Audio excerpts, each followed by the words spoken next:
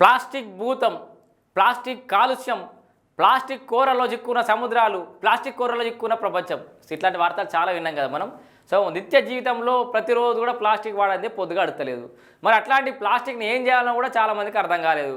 కొంతమంది అయితే ఆ ప్లాస్టిక్ బాటిల్తో నీళ్ళు కట్టుడు, లేకపోతే ఆ ప్లాస్టిక్ని రీయూజ్ ఏదో రకంగా వాడడం, ఇట్లా రకరకాల ప్రయత్నాలు అయితే చేస్తున్నారు. కానీ ఇప్పటికీ లక్షల కోట్ల టన్నులలో ప్లాస్టిక్ అయితే భూమి మీద భూతలి మీద భారంగా మిగిలిపోయింది. సో అయితే ఆ ప్లాస్టిక్ సొల్యూషన్ కనిపెట్టిరట. దాన్ని ఒకసారి చూద్దాం మనం.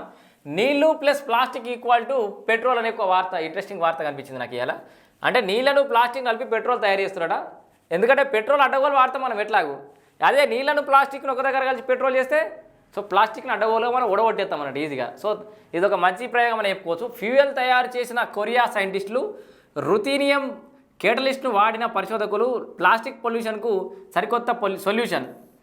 సో ప్రపంచవ్యాప్తంగా అందరి జీవితాల్లో ప్లాస్టిక్ వినియోగం అనేది కామన్ అయిపోయింది. ప్లాస్టిక్ వాడకంలో పర్యావరణానికి ఎంతో నష్టం వాటిల్లుతోంది. ఆ ప్లాస్టిక్ సొల్యూషన్కు చెక్ పెట్టేందుకు పరిశోధనలు అయితే కొనసాగుతున్నాయి.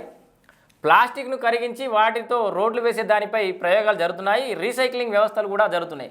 సో తాజాగా దక్షిణ కొరియాకు చెందిన సైంటిస్టులు ఆ ప్లాస్టిక్ నుంచే పెట్రోల్, డీజిల్ వంటి ఇంధనాలు తయారు చేస్తున్నారు.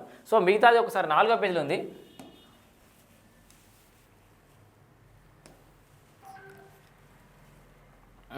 ఇగో దానికి కావాల్సిందల్లా కేవలం నీళ్ళే. సో సౌత్ కొరియాకు చెందిన Seoul national university of science పరిశోధకులు ఈ దిశగా ప్రయోగాలు అయితే చేసి సక్సెస్ అయ్యారు.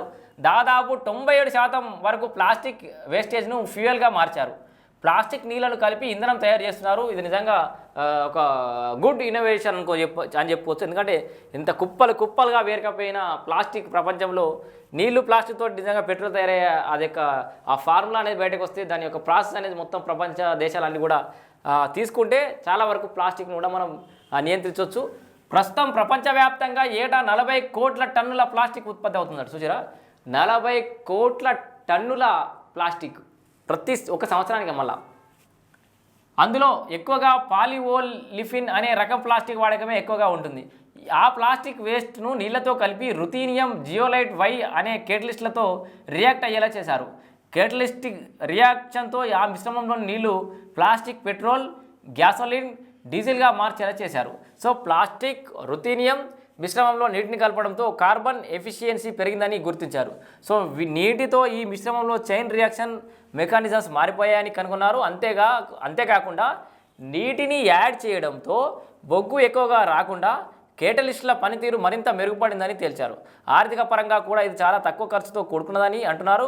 మామూలుగా అయితే ప్లాస్టిక్ నియంత్రిత వాతావరణాల్లో కాల్చి రీసైకిల్ చేస్తుంటారని, అలా రీసైకిల్ చేయడం వల్ల పర్యావరణానికి హాని కలుగుతుందని చెప్తున్నారు. మొత్తంగా నీళ్లు ప్లాస్టిక్ని కలిపి పెట్రోల్ తయారు చేసే విధానం ఏదైతే ఉందో ప్రపంచ దేశాలకు అన్నీ కూడా స్పీడ్గా వస్తే ఎంతో కొంత ప్లాస్టిక్ని నియంత్రించవచ్చు.